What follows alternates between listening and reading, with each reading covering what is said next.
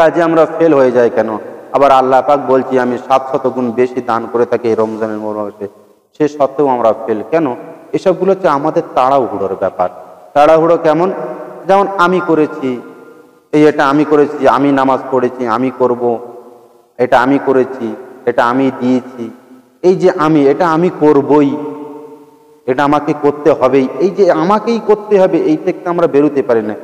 এটা কিন্তু সম্পূর্ণ এক হিসেবে যদি দেখতে চান আপনি, কিন্তু এই কথাগুলো শিরিক হয়ে যায়, আল্লাহর সাথে শিরিক হয়ে যায়। এখন তো শিরিক, বহু রকমের মানুষ শিরিক খুঁজে বেড়াচ্ছে।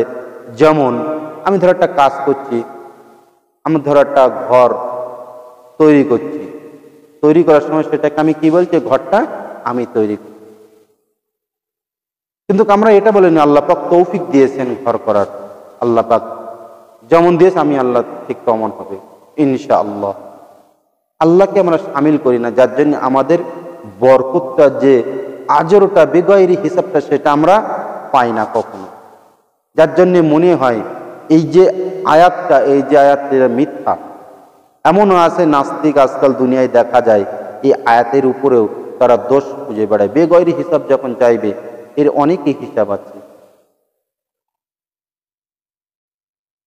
আপনি এই রমজানুল মুবারকের মাসে ঘর থেকে, ঘুম থেকে ওঠার পথে, ঘুমনেও ইবাদত, ঘুম থেকে উঠছেন তো শুরু করছেন তখনও ইবাদত, আপনার প্রত্যেক শ্বাস প্রশ্বাসে আপনার ইবাদত। তাহলে আমাকেও ঠিক কিভাবে চলতে হবে, তারপরে যে আমরা এটা পাবো? আল্লাহর প্রতি ভরসা আমাদের নেই। আল্লাহ যখন আমাদের বলেছেন যে আমি দিয়ে থাকি এবং দেব, এই মাসটা যখন আমার হাতে, আমাকে কি করা দরকার? পরিপূর্ণতার সাথে আমাকে এটাকে ইমানের অঙ্গ, ইমান হিসেবে আমাকে এটা মানতে হবে। মানে এমনভাবে দূর, আল্লাহ বলেছেন যখন, আর কোনো কথা নেই, আল্লাহ দেবেন, যখন দেবে তখন দেবে, কি কখন দেবে আমার দেখার দরকার নেই। যদি আপনি এইরকম নিয়ত যদি আপনি গাঢ় করে নেন, মজবুত করে নেন, পাহাড়ের মানে পাথরের মতন যদি শক্ত করে নেন এই মজবুত ইমানটাকে, তখন দেখবেন আপনার যে চাওয়া, আপনার যে পাওয়া, আপনি সবকিছু অটোমেটিকলি আপনি পেতে থাকবেন, আল্লাহ পাক আপনাকে দেবে। শরীয়ত অনুযায়ী যদি আপনি চলেন, শরীয়ত অনুযায়ী যদি আমরা চলি, তাহলে আমাদের কোনো রকম কোনোভাবে আপদ বিপদ, বালা মুসিবত আমাদের উপরে যেতে পারবে না। আল্লাহ পাক তো ওয়াদা করেছেন, কিন্তু আমরা সেই ওয়াদাকে খেলাফ করেছি, কথার মাধ্যমে, নিজের চেষ্টার মাধ্যমে আমরা নিজেদেরকে কামিয়াব করতে চাই। কাজ করছি, পয়সা উপার্জন করছি, অর্থ উপার্জন করছি, এটা হচ্ছে না, আরো বেশি আমাকে আরো বেশি কামাই করতে হবে, এই ঘরটাকে, কিংবা এই একটা গাড়ি আমাকে কিনতেই হবে, এই একটা জমি আমাকে কিনতেই হবে, এই যে আমি কিনবো, আমি একটা জমি কিনবই, আমাকে আরো মেহনত করতে হবে, আরো পয়সা দুগুনা ইনকাম করতে হবে, এই যে আমি করবই, এই আমিটাকে এখান থেকে বাদ দিতে বলছে। বা আল্লাহ পাক বলছে, আমার বান্দা, আমি তোদেরকে সৃষ্টি করেছি, আমি তোদেরকে রিজিক দিয়ে থাকি, আমি রাজ্জাক তোদের। তাহলে আমি যদি তোকে না দিই, যতই দৌড়দৌড়ি করো না কেন, তুমি কখনোই কোনোদিন কামিয়াব হতে পারবে না। আমাদের এই ঈমানকে আমাদেরকে তৈরি করতে হবে। আল্লাহ পাক যখন বলেছেন যে আমাকে দেবে, আল্লাহ পাক যখন হুকুম করেছেন যে দেবে, তখন এই দেবের আশায় আপনাকে বসে থাকতে হবে। আমাকে যে আমি করব, যদি এইরকম ভাবনা রাখি, তাহলে আমাদের একটা ঈমানের দুর্বলতা দেখা যায়। চলো এই রমজানুল মুবারকের মাসে আরো আগিয়ে যায়। কোন সাহিলকে আপনার বাড়ির সামনে এসে হাজির হয়েছে, আপনি তাকে যদি 1টা টাকা যদি দান করেন, 700 গুণের বেশি আপনি এর সওয়াব আপনাকে আল্লাহ পাক আমল নামায় লিখে দেবেন। এখন এই রমজানুল মুবারকের মাসে আপনি একটা জানোয়ারের প্রতিও আপনাকে ভালোবাসা দেখাতে হবে। আপনি সারা জীবন জানোয়ারের প্রতি আপনাকে ভালোবাসা দেখাতে হবে, মহব্বত দেখাতে হবে। কেননা কুকুর বিড়াল সচরাচর যেটা দেখা যায় আমাদের ফ্যামিলিতে, কুকুর বিড়াল, হাঁস মুরগি, গরু ছাগল, এদের প্রতিও আপনাকে ভালোবাসা রাখতে হবে। কারণ যদি আপনি তাদেরকে পালেন, আপনি তাদেরকে পালছেন, পশুপালিত আপনি করছেন ঘরের ভিতরে, আল্লাহর সৃষ্টি অবলা জন্তু, তাদেরকে ঘরে রেখে তাদেরকে যাতে কষ্ট না হয়, ঠিক নিয়ে তেমন আল্লাহরই প্রেরণী, আমি তাকে পালন করছি। যে আল্লাহ পাক আমাকে তৌফিক দিয়েছেন, আমি সেটাকে তাদেরকে খেয়াল রেখে দিতে হবে, তাদেরকে তত্ত্বাবধান ভালো করতে হবে। এই নিয়ে তো যদি আপনি রেখে দাও, আল্লাহ পাক বলছে আমিও তাকে ভালোবেসে দেয়। কেন আমার যে মখলুক বেজুবান, তারা কিছু বলতে পারে না, তাদের যে খেয়াল রেখে দিয়েছে, আমি আল্লাহর প্রতি খুশি হয়ে গেছি। এও একটা নিয়ামত বড়। আমরা যদি সকলে হিসাব করি, প্রত্যেক আমাদের চলা ওঠা বলা সমস্ত কিছু, সমস্ত কথার ভিতরে, সমস্ত কিছুর মাধ্যমে আমাদের এটা বহির্প্রকাশ হয়ে যাবে। মানে সমস্ত কিছু আমাদের জিন্দগিটা যাই করি, আমি যদি একটা মুখ দিয়ে একটা কথা বলি, এটাও আমার ইবাদত হয়ে যাবে। আমি যদি মুখ দিয়ে একটা কথা বলি, এটা আমার আবার গুনাহ হয়ে যাবে। সমস্ত কিছু আমাদের ভাবনা চিন্তা, মাইন্ডের সেটটাকে আমাদের ভালো রাখতে হবে। মাইন্ডসেট যখন আপনার আমার সকলের ভালো হয়ে যাবে, তখন দেখবেন দেশ ভালো হবে, পাড়া ভালো হবে, মহল্লা ভালো হবে, সমস্ত কিছুই আপনার পুরো শরীরটাই ভালো হয়ে যাবে। এমন হবে যে আপনি ভাবতে পারবেন না যে আপনি এমন কেমন ভাবে হলেন। অসম্ভব ব্যাপারকে সম্ভব হয়ে যায় যখন শরিয়ত অনুযায়ী যখন আমরা চলতে থাকি। আর যদি শরিয়ত বিরোধিতা কাজ করে থাকি, সম্ভব জিনিসটা অসম্ভব হয়ে যায়, যেটা হওয়ার ছিল সেটা না হওয়ার হয়ে যায়। এইগুলো যাতে আমাদের না হয়, আমরা যেন সেদিক থেকে যেন সতর্ক হয়ে থাকি। রমজানুল মুবারকের মাসে এই যে আমাদের মুখের একটা দুর্গন্ধ হয়, পাকস্থলী শুকিয়ে যাওয়ার কারণে মুখে একটা দুর্গন্ধ তৈরি হয়, আল্লাহ পাক বলছে এই দুর্গন্ধটাকে আমি মিশকে আম্বরের খুশবুর ন্যায় আমি এদেরকে দান করব কাল কিয়ামতের দিন, কিয়ামতের মাঠে জান্নাতে। আল্লাহ পাক তাদেরকে এমন এক খুশবু দিয়ে, মুখ দিয়ে তাদেরকে এমন খুশবু বাড়াবে, জান্নাতিবাসীরা জিজ্ঞাসা করবে একজন আরেকজনকে যে এই খুশবুটা কিসের খুশবু? তখন প্রত্যেকেই বলবে, প্রত্যেকের মুখ দিয়ে এই খুশবুটা বার হবে।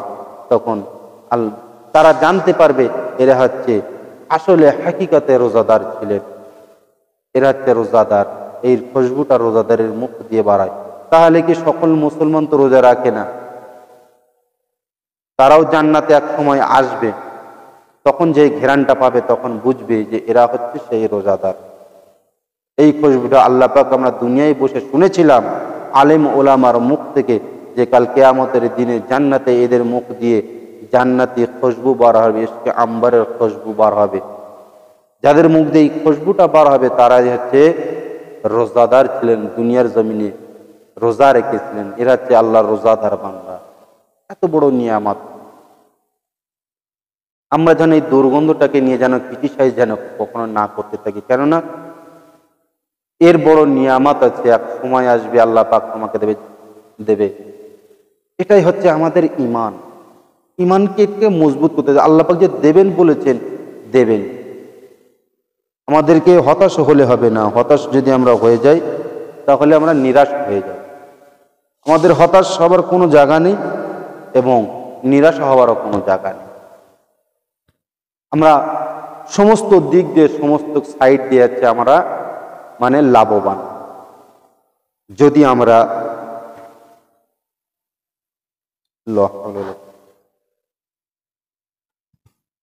দরুদ শরীফ পড়ি। আল্লাহুম্মা সাল্লি আলা সাইয়্যিদিনা ওয়া মাওলানা মুহাম্মাদ ওয়া আলা আলি সাইয়্যিদিনা ওয়া মাওলানা মুহাম্মাদ। الصلاة والسلام عليك يا رسول الله، الصلاة والسلام عليك يا حبيب الله، الصلاة والسلام عليك يا سيد المرسلين। যখন আপনার কোনো সময় কিছুই ভালো লাগবে না, আপনি চোখটাকে বন্ধ করবেন, বন্ধ করে নিয়ে রাসূল পাক সাল্লাল্লাহু আলাইহি সাল্লামের সবুজ গম্বুজের কথা মনে করবেন আর এই দরুদ পড়তে থাকবেন। দরুদ পড়তে পড়তে দেখবেন আপনার অটোমেটিকলি ভিতরে অন্তরে একটা অন্যরকম পরিস্থিতি, অন্যরকমের স্বাদ আপনার তৈরি হয়ে যাবে। আপনার শয়তান বলছে, আল্লাহ পাক বলছে এই যে শয়তানের যে চলাফেরা, এর ক্ষমতা কত। আমরা গুনার কাজ করি, গুনার কাজ করার পরে আমরা বুঝতে পারি না। বিশেষ করে রমজানুল মুবারকের মাসে হয়ে থাকে, রমজানুল মুবারক মাস ছাড়াও হয়, কিন্তু এই যে শয়তানের ওয়াসওয়াসা আমরা রিসিভ কেন করতে পারি না, কেন বুঝতে পারি না, কেন সব কাজটা শয়তানের ওয়াসওয়াসাকে আমরা রিসিভ করিনি, কিন্তু শয়তান ওয়াসওয়াসা দিচ্ছে আমরা বুঝতে পারছি না কেন? একটাই কারণ, আল্লাহ পাক শয়তানকে এত ক্ষমতা দিয়েছে, এত শক্তি দিয়েছে যে মানুষের শ্বাস প্রশ্বাসের ভিতর দিয়ে আসা যাওয়া করতে পারে, এমনকি তার রক্তের সাথে সাথে শিরায় সে অক্সিজেনের সাথে সে তার চলার ক্ষমতা আল্লাহ তাকে দিয়েছে। যার জন্যে মানুষ যখন কোনো গুনার কাজ হয়ে যায়, কোনো শিরকি কথা হয়ে যায়, তখন সে বুঝতে পারে না। একটাই কারণে তখন সে তার বুঝ এটাই থাকে, আমি যেটা বলছি এটাই সত্য আর এটাই ঠিক। বুঝে আসছে? এই জন্যই বুঝতে পারে না, কেন শয়তান তার নিঃশ্বাসের সাথে সাথে অক্সিজেনের সাথে শয়তান বসবাস করছে, তার রক্তের সাথে শয়তান বসবাস করছে। তাকে ধোঁকা দেওয়া এমন কোনো ব্যাপার না। যখনই আপনি এই দরুদটাকে পড়বেন, ভালো করে মনে রাখবেন, কোটি টাকা সব কথাবার্তা, কোটি কোটি টাকা হয়তো আপনি মূল্যায়ন করতে পারবেন না। আপনারা যদি এটাকে আমল করে থাকেন তাহলে বুঝতে পারবেন যে কথার কত দাম, এই ইবাদতের কত দাম, কত মূল্য। আমরা কত পিছিয়ে আছি, আমরা এসবগুলো কেন করি না? তখন এইরকম আপনার মনে হবে। যখন আপনার ওয়াসওয়াসা আপনাকে যখন দেবে, আপনি যখন বুঝতে পারবেন না যে হারাম কাজ আর হালাল কাজ, তখন আপনি কি করবেন? একটু চোখটা বন্ধ করে আমার রাসূল পাক সাল্লাল্লাহু আলাইহি ওয়াসাল্লাম মদিনা শরীফকে ইয়াদ করে নিয়ে আমার রাসূলের নামের একটু দরুদ শরীফ পড়ে নেবেন। দরুদ পড়ার পরে দেখবেন আপনার মনের অন্তরের ভিতরে পুরো ক্লিয়ার হয়ে যাবে। দরুদ যখন আপনি পড়বেন তখন শয়তান আপনার ভিতরে থাকবে না, তখন সঙ্গে সঙ্গে সে বাইরে বেরিয়ে আসবে। যখন বাইরে বেরিয়ে আসবে তখন আপনি সঠিক সিদ্ধান্তটা আপনার ভিতরে অটোমেটিকলি হয়ে যাবে ইনশাআল্লাহ। এটা আপনি করে দেখুন। যদি আপনি ফায়দা না পান আমাকে বলবেন, আমাকে বলবেন, চ্যালেঞ্জ করছে আপনাদের সাথে আমি, হবেই আপনাদের উন্নতি। কেননা শয়তানের ওয়াসওয়াসা থেকে যদি আপনি বাঁচতে চান, সব সময়ের জন্য আপনি বেশি বেশি করে দরুদ শরীফ পাঠ করবেন, দেখবেন শয়তান আপনাকে ধোঁকা দিতে পারবে। আর একটা জিনিস আপনারা ট্রাই করবেন, যখন দেখবেন খুব ঝগড়া হচ্ছে একটা জায়গায়, মারামার কাটকাট ভাব আছে, সেখানে আপনি দাঁড়িয়ে যাবেন। দাঁড়িয়ে যে জোরে চিল্লে উচ্চ স্বরে আওয়াজ দেবে, আওয়াজ দিয়ে আজান দেবে, আল্লাহু আকবার আল্লাহু আকবার, এমন জোরে জোরে আওয়াজ দেবেন। হাইয়া আলাস সালাহ জায়গায় ইয়া হাল্লাল বালা ইয়া হাল্লাল বালা, মানে এই তো বালা ছাড়া তো অন্য কিছু না, বালা মুসিবত ছাড়া তো অন্য কিছু না, ঝগড়া ফাতনা ফেসাদ সবই তো বালা। যখন বালার কথা বলবেন দেখবেন ওখানে যে শয়তান যে বসে বসে কারসাজি করে, শয়তান সেখান থেকে পালিয়ে যাবে। যখনই পালিয়ে যাবে দেখবেন ঝগড়া অটোমেটিকলি তখন থেমে যাবে। এটাকে যদি আপনারা করেন দেখবেন আমাদের সকলেরই ফায়দা হবে ইনশাআল্লাহ। রমজানুল মুবারকের মাসে আসুন আরো যে আমাদের ফজিলত একের পর এক যদি বায়ান করা হয়, এর ফজিলতের কোনো শেষ সীমা এবং কিনারা পাওয়া যায় না। কিনারায় কবে পৌঁছবেন হয়তো আপনি বুঝতেই পারবেন না। এই যে রহমতের কিনারা, এত পরিমাণে কোন কাজ আপনি নেবেন, আপনার শ্বাস প্রশ্বাসে আপনার বলছে আল্লাহ পাক আপনাকে আজর দান করবেন। আমি যে নিঃশ্বাস নিচ্ছি রোজা অবস্থায়, এই নিঃশ্বাস নেওয়া ছাড়া এতেও আল্লাহ পাক আজর দান করবে। আমি যে নিদ্রায় আছি, ঘুমিয়ে আছি, আল্লাহ পাক এতেও আমাকে আজর দান করবে। এবার আমরা এই রমজানুল মুবারক মাসে যত বেশি বেশি করে কোরআন তেলাওয়াত করবো, আল্লাহ 700 গুণ বেশি সওয়াব আপনার আমল নামায় থাকবে। এবার মেইন জিনিস হচ্ছে এই যে আমল নামার যে থলিটা, এই থলিটা আমাদেরকে ভালো করতে হবে।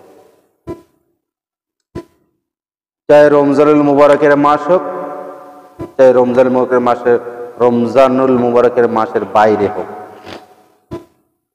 আপনার যত ইবাদত, আপনার যত আমাল, যে জায়গায় আপনাকে কলবের ভিতরে আপনি যে রাখবেন, আর এই আমল রাখার জায়গাটাই যদি আপনার খারাপ হয়ে যায়, খারাপ মানে যদি ছেঁদা হয়ে যায়, যদি লিক হয়ে যায়, ওখান থেকে যদি আপনার সওয়াব যদি লিক হতে থাকে, দেখবেন কাল কিয়ামতের মাঠে দেখবেন আপনার পুরো সওয়াবের যে খাতাটা, সওয়াবের যে থলি, সওয়াবের যে মানে বস্তাটা, পুঁটলিটা আপনার পুরো খালি হয়ে গেছে, ওতে আর কিছুই নেই। কিন্তু আপনার এই পুঁটলিটাকে ফাটল ধরাই কিভাবে? এই পুঁটলির ভিতরে আপনি লিকটা হবে কিভাবে? আর এই লিকটা আপনি সারবেন কিভাবে? লিক যাতে না হয়, কোন কারণে লিক হয় আর কোন কারণে লিক হয় না, এটা আমাদেরকে আগে জানতে হবে। যেমন আমাদেরকে নামাজ পড়তে গেলে আমরা হট করে এসে নামাজে দাঁড়াতে পারি না কেন? এর একটা নিয়ম নীতি আছে, এর একটা পদ্ধতি আছে। যেমন দেখুন, নামাজ যখন যদি আমরা পড়তে যাই, তাহলে আমাদেরকে সবচেয়ে প্রথমে আমাদের কি করতে হয়? উজু করতে হয়, মানে পাক সাফ হতে হয়। পাক সাফ হয়ে তারপরে মসজিদে ঢুকতে হয়। এর একটা সিস্টেম, নিয়মাবলী আল্লাহ পাক যেটা আমাদেরকে শিখিয়েছেন আলেম ওলামারা, অলি আউলিয়া মারফতে, যে আমরা সব এলেমগুলো শিখেছি, এলেম হাসিল করেছি, এলেমের জ্ঞান আমরা অর্জন করেছি ইনাদের বা ওসিলায়। পরপর ধাপে ধাপে সিঁড়িটা উপরে উঠতে উঠতে আজ এই পর্যন্ত এসছে একমাত্র অলি আউলিয়াদের কারণ। কেন আমরা সাহাবা পাইনি, তাবে পাইনি, তাবিঈন পাইনি, এনাদেরকে আমরা পাইনি, রসুল পাককেও পাইনি যে আমরা সেখান থেকে শিক্ষাটাকে অর্জন করব। যার জন্য ইনাদের প্রতি আমাদের সেই ভালোবাসা, সেই মহব্বত অবশ্যই রাখতে হবে। যখনই আমরা কোনো সময় যদি দোয়া করে থাকি, তাহলে আমরা দোয়া যেন সবসময়ের জন্য তাদেরকে জন্য যেন দোয়া করি, তাদেরকে অবদান যে আমাদের প্রতি, সেই অবদানটা যেন আমরা ভুলে না যাই, এটা আমাদেরকে খেয়াল রাখতে হবে। আসুন, এই যে রমজানুল মাস হোক, চাই রমজানের বাইরের মাস হোক, যদি আমরা সওয়াব, এই নেকি, এই যে রাখার যে থলিটা, এই থলিটা যদি আমাদের ভালো না হয়, তাহলে আমাদের কি হবে? সমস্ত কিছু সেখান থেকে সওয়াবগুলো লিক হয়ে বাইরে বেরিয়ে যাচ্ছে, এটা আমাদেরকে জানতে হবে। এখন আমি আপনাদেরকে বলবো, এই যে সওয়াব রাখা যে জায়গাটা, এটা লিক কিভাবে হয়, আর এই লিকটাকে আপনি সারবেন কিভাবে? যেমন আপনি ইবাদত করছেন, সেই ইবাদত করার পরে আপনি যে একটা সওয়াব পাচ্ছেন, সেই সওয়াবটা আপনাকে যখন দেওয়া হবে, আপনাকে যে সওয়াব দিল, আপনি যে সওয়াবটা যেকে রাখবে, সেটা যদি ভাঙা হয়, ফুটো হয়, খারাপ হয়, ছিঁড়ি খাওয়া হয়, সেখান থেকে সবকিছু সেটা বেরিয়ে চলে যাবে। এখন প্রতিদিন সেটাকে ফাটাই কিভাবে? আমি একটা কাজ করলাম, একটা মানুষকে উপকার করলাম, উপকারের পরিবর্তে একটা কথা বললাম, কথা বলে কিংবা একটু পয়সা দিলাম, পয়সা দিয়ে আমি তাকে উপকার করলাম। সে উপকার পাওয়ার পরে সে কি হলো? যে নিয়ামতটা পেল, থলিতে তখন তার থলিটা ভালো, সব রাখার যে থলিটা, সেই থলিটা ভালো। এখন এই থলিটা খারাপ কিভাবে হবে? যদি আমি কারোর সঙ্গে চকলখড়ি করি, কারোর সঙ্গে মিথ্যা কথা বলি, যদি আমি হারাম খাই, যদি আমি হারাম পথে চলি, তখন আমার ওই থলিটা লিক হয়ে যায়, তখন আমার থলিটা ফেটে যাবে, তখন আমার ওইখান থেকে আমার আবার সবগুলো বেরিয়ে গেল। তাহলে আমি আর কিছুই পেলাম না, বরং গুনার থলি তো কখনোই ফাটবে না, ও আরো মজবুত হতে থাকবে যত আপনি গুনাহ করবেন। সওয়াবের কাজও ঠিক এমন, যত সওয়াবের কাজ বেশি করবেন, তত বেশি বেশি আপনার সওয়াবের থলিটাও মজবুত হবে। যদি আমরা চকলখড়ি কথাবার্তারা, গীবত কথাবার্তারা, মিথ্যা কথা বলা, কারোর সাথে ঝগড়া লাগিয়ে দেওয়া, এই যে কাজগুলো থেকে আমরা যদি বিরত থাকি, সবচেয়ে মুসিবতের কাজ হচ্ছে মিথ্যা কথা। রাসূল পাক সাল্লাল্লাহু আলাইহি সাল্লামকে এক সাহাবা জিজ্ঞাসা করেছিল, ইয়া রাসূলুল্লাহ সাল্লাল্লাহু আলাইহি সাল্লাম, আমি কিছু প্রশ্ন করতে চাই, তাহলে কিছু প্রশ্ন আমি জিজ্ঞাসা করতে চাই। রাসূল পাক সাল্লাল্লাহু আলাইহি সাল্লাম জিজ্ঞাসা করেছিল যে, বলো কি তুমি জিজ্ঞাসা করতে চাই? তখন সেই সাহাবা বলছে, ইয়া রাসূলুল্লাহ, একটা মুসলমান কি কখনো কোনোদিন হত্যা করতে পারে? রাসূল পাক সাল্লাল্লাহু আলাইহি সাল্লাম বলছেন, হ্যাঁ, একটা মুসলমান একজন মুসলমানকে হত্যা করতে পারে। আবার জিজ্ঞেস করল, ইয়া রাসূলুল্লাহ, একটা মুসলমান কি হারাম খেতে পারে? তখন বলছে হ্যাঁ, একটা মুসলমান হারাম খেতে পারে। আবার বলছে একটা মুসলমান কি কখনো কোনো দিনের জন্য সে কি জিনা করতে পারে? তখন বলছে রাসূলুল্লাহ সাল্লাল্লাহু আলাইহি ওয়াসাল্লাম, হ্যাঁ, সে জিনাও করতে পারে। আবার পরবর্তীকালে লাস্ট সওয়াল, প্রশ্নটা জিজ্ঞাসা করে, ইয়া রাসূলুল্লাহ, একটা মুসলমান কি কখনো কোনো দিনের জন্য সে কি মিথ্যা কথা বলতে পারে? তখন রাসূলুল্লাহ সাল্লাল্লাহু আলাইহি ওয়াসাল্লাম কড়া মেজাজে বললেন, এতক্ষণ যে কটা বলে সব কটা নরম মেজাজে বলে একটু গরম হয়ে বললেন, যে মিথ্যে কথা বলে সে কখনো মুসলমান তো হতেই পারে না, আর সে আমার উম্মতও হতে পারে না। কেন, আমার উম্মত যে হবে সে কখনো কোনোদিন মিথ্যা কথা বলতে পারবে না। এখন আমরা যদি এই কথার উপরে যদি ভিত্তি করে যদি আমরা হিসাব করে যদি চলি, তাহলে চিন্তা করুন আমাদের গুনার থলিটা কিভাবে ফেটে আছে। তাতে সব থাকবে কি থাকবে না আমরা নিজেরাই বিচার করতে পারব। তাহলে চিন্তা করুন, মিথ্যা কথা আবার বলছে রাসূল পাক তখন একথা বলার পরে বলছে, গুনাহ করানোর জন্য সবচাইতে বেশি গুনাহ হয়, আর এই গুনার মা বাপ হচ্ছে এই মিথ্যা কথা। মানে যদি আমরা এই মিথ্যা সর্বপ্রথম যদি আমরা এই মিথ্যা কথাটাকে যদি আমরা ছেড়ে দিতে পারি, সবচেয়ে প্রথমে আপনারা কিংবা আমরা সকলেই এই মিথ্যা কথাটাকে, মিথ্যা ব্যভিচার, মিথ্যা অত্যাচার, অপাচার, মিথ্যার এই যে লোভ লালসা মানুষকে দিয়ে থাকি, এইটার থেকে আমাদের দূরে থাকতে হবে। এটা যদি আমাদের মিথ্যার আমল যদি আমাদের ভিতরে থাকে, তাহলে আমার নেকের আমলের যে থলিটা, সেই থলিটাই মিথ্যা কথা দিয়ে সেটাকে লিক করতে থাকে। যখনই লিক হয়ে যাবে তখন আপনার ভিতরে কোনো আমল আর থাকবে না। যখন আপনি মিথ্যা কথা যখন বলা বন্ধ করে দেখবেন, তখন আপনার আমলের থলিটা মজবুত হতে থাকবে ইনশাআল্লাহ। আপনারা পরীক্ষা করে দেখুন, কিংবা আমরা সকলেই পরীক্ষা করে দেখি এটা, যে এই রমজানুল মুবারকের মাস থেকে আমরা এটা নিয়ত করে নিই।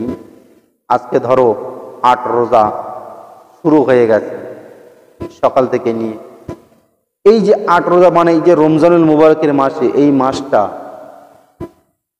মাসটা আপনি এই মাস থেকে শুরু করেন, মিথ্যা কথা বলা আপনি বন্ধ করে দেবেন।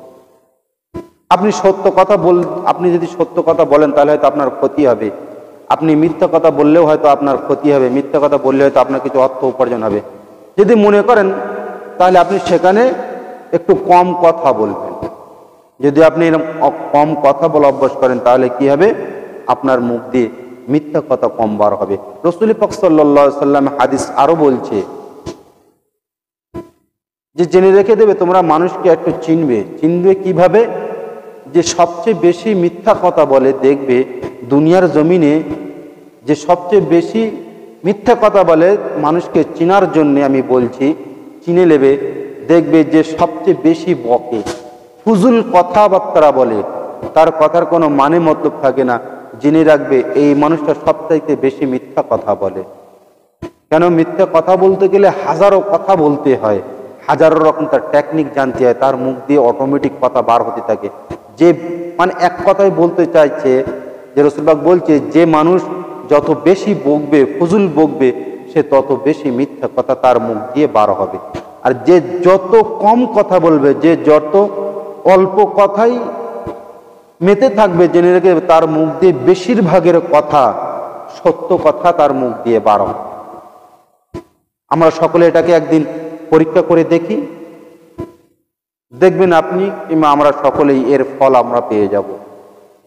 যে রাসূল পাক সাল্লাল্লাহু আলাইহি ওয়াসাল্লাম যে হাদিসটা বলছে যে এই যে মানুষ মিথ্যে কথা বলে, এই মিথ্যে কথার মা আর সবচেয়ে বড় গুনার মা বাপ হচ্ছে এই মিথ্যে কথা, এটা সত্য কিনা আমরা কখনো চিন্তা করে দেখিনি। কখনো একটা কথাকে নিয়ে আমার রাসূল পাক সাল্লাল্লাহু আলাইহি ওয়াসাল্লামের কোনো কথাকে নিয়ে আমরা কখনো কোনো দিনের জন্য এটাকে ভাবেইনি যে আমার রসুল পাক যেটা বলেছে সেটাকে আমরা আমল করে দেখি, তাহলে এই আমলের রসুল পাকের আমল যেটা করেছেন সেই আমলের পরিবর্তিতে আমরা কিছু পাবো কি পাবো না। যদি আমরা এরকম একটা করে নিতাম তাহলে আমরা অবশ্যই বুঝতে পারতাম আমরা কখনো আমল ঠিক সেইভাবে করেইনি, যার জন্য আমরা কখনো আমলের মজা পাইনি। রসুল পাক সাল্লাল্লাহু আলাইহি ওয়াসাল্লাম আল্লাহ পাক বলেছেন যে এটা আমি তোমাদেরকে আজর দান করব, বেগাইরি হিসাব দেবো আমি তোমাদেরকে। এই জন্য আমাদের কিছু কিছু কাজের ক্ষেত্রে আমরা এইসবগুলো থেকে আমরা মাহরুম হয়ে যাই, বঞ্চিত হয়ে যাই। সমস্ত কিছু আল্লাহ পাক যখন আমরা বলে থাকি না এটা আমি করব, তখন বলছে আল্লাহ পাক এটা বলে ঠিক আছে যখন তুই করবি তাহলে তোর প্রতি আমি ছেড়ে দিলাম, যা তোরা কর। তখন আমাদের জন্য সেই কাজটা ভারী হয়ে যায়, আমরা তো কাজটা সে কখনো কোনো দিন সেটা হতেই পারে মানে হয় না, সম্ভব হয়ে মানে ওটা কামিয়াব হয় না, আমাদের ওটা সফল হতে পারে না সহজে। সফল হতে হতে হতে হতে হয়তো আমরা শেষ সময় এসে পৌঁছে যায়, তবু আমরা সেটাকে সফল হতে পারি না। এই জন্য বলছে আল্লাহ পাক তোরা আমাকে আমাকে আমাকে ডাক, আমাকে বল, এই ঘরটা করবোই ইনশাল্লাহ।